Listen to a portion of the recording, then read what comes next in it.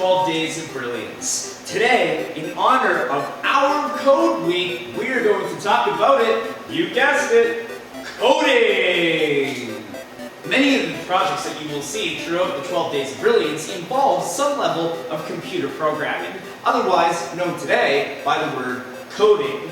We write code in order for these projects to follow a specific set of instructions in order for the projects to produce the action that we intended. Why don't we go and create some code for a little robot to follow? Come with me. What better way to talk about coding than using a festive robot? So, let's start very simple and go very complex with coding this little robot. Let's think about moving the robot from point A to point B, much like I would be walking from point A all the way down to point B. So, a robot might look something like this. Point A to point B and stop. What would the code look like to move that robot from point A to point B? Let's switch cameras and take a closer look. Here we are inside MBlock. We're going to start off by identifying where we can find the board that we are connected to. For this purpose, we are not connected. You can see that red dot, but it will turn green when you are connected. MBlock follows event-based programming, just like Scratch, and so to get started, we are going to require an event, and then most of the blocks are found in the robots category. So let's get started. I always like to drag over a when button key is pressed and released. We're going to start off with the release function so that we know our robot will stop. Since we just want the robot to travel from point A to point B, we are going to use a run forward, set the speed a little lower than 255 to 100 to make sure that we have full control. Since these motors on this robot aren't encoded, the only variable that we can use to control the distance that it travels is time. We will wait 4 seconds and then have the robot stop. And that's essentially our program. That first block of code that we wrote for the robot was a little too simple. As we were pushing towards brilliance and something proud for us to share, we need to take a look at our project planning process and ask ourselves, we've evaluated it and we're not quite happy yet with the design. So how can we refine it to a point that we're happy?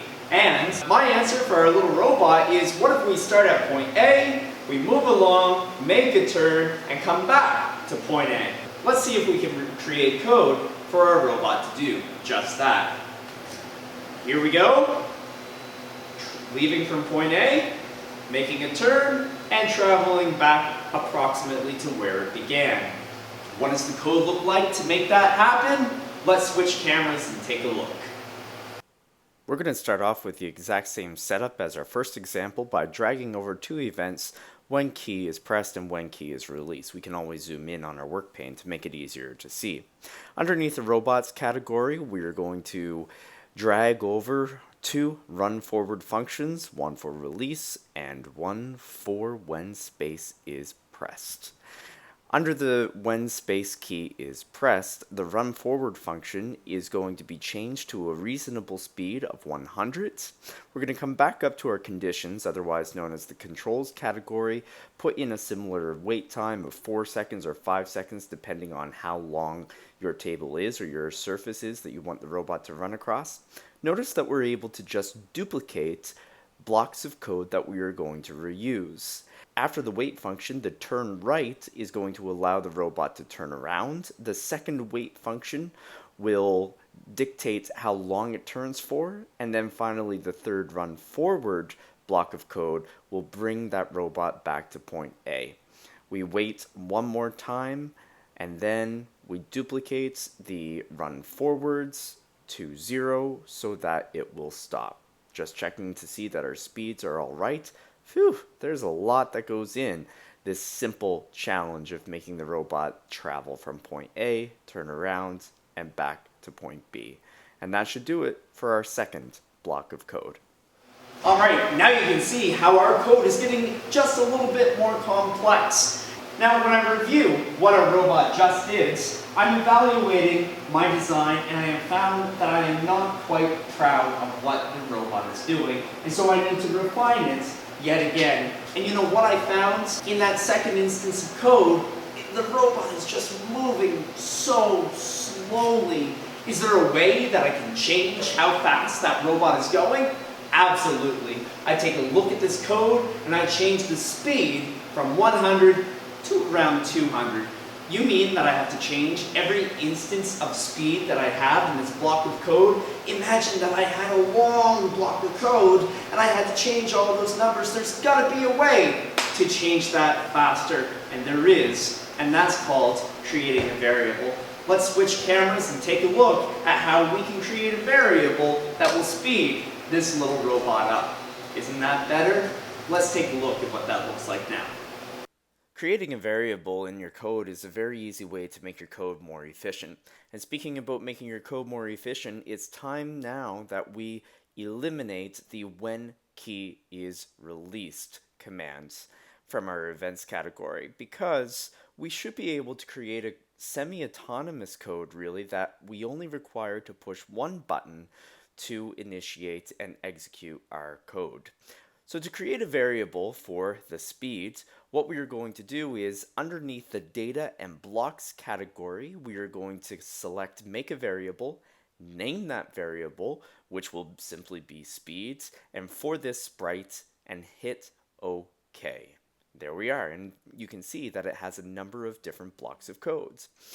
Every time that we want to set a speed to a different value, we do one global setting of that variable, which I would like to use as 200, increasing the speed from 100 in our previous sketch to 200 now. And I'm going to go ahead and just put in a run forward, but instead of keying in my value that I'm assigning to the speed, I'm just going to drag and drop that instance of the variable whenever I want to use a numeric value for speed. And here you can see we are duplicating and we are recreating that second sketch that we just did, and all we are doing is making that robot run a little faster. We're continuing on with this simple to complex coding lesson in this 12 Days of Brilliance. I noticed something very interesting in that last block of code. The code made the robot do something interesting when it turned around. Let's take a look at that again. The robot leaves point A a little faster and it stops and turns in on itself before it heads back in the same direction. If we take a look at the code that has caused that to happen, it looks something like that. The robot is just spinning and spinning and spinning and spinning. We call that a zero turn radius.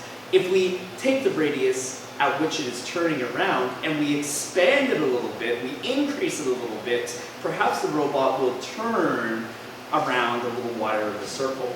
In order to do that, we need to take the two motors on either side of the robot and change the speed at which one turns with respect to the other. To do that, we're going to go back to our other camera and take a look at the code and refine our project once more. Let's take a look. This concept of a zero turn radius is pretty interesting. So you can see in our last code, we simply used the command turn right, and that created the sense that the robot, not really a sense, the robot actually did turn in on itself. It stopped, it turned around and around and around and around and around and around and around. So to make a larger, a wider turn radius, we are going to use separate commands under the robots category for both of the motors, and they are M1 and M2, and they both can use a different speed, which we're going to reuse our variable that we learned how to create in the last screencasting. So here we are setting the speed, dragging and dropping, and how do we create a larger turn radius? And it actually has to do with the speed, the relative speed of the motors compared to each other. In order to have that larger turn radius, you actually have to make one of the motors turn slower than the other. To make this happen, we're going to use an operator, the green division symbol, and we are going to divide the speed by a whole number that significantly reduces the speed of one of the motors, and for this we chose 3. If you want one of the wheels to turn a fifth of the speed, a seventh, you can as well. And so this will allow you to have a larger turn radius. I am proud of what this little robot can do. So proud, let's take another look. Here he is, he's traveling along, he makes a nice wide turn, and he goes off in the other direction.